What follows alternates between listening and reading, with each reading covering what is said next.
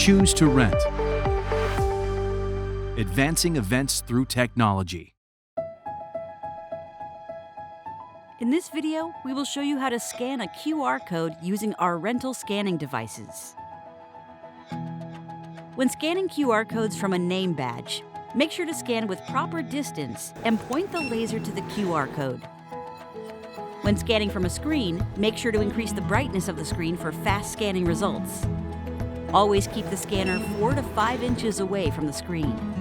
Avoid getting too close, waving, or tilting the scanner in front of the QR code, as this will make it difficult for the scanner to read the QR code. When reading a QR code from a broken device screen, position the QR code where the screen is not damaged.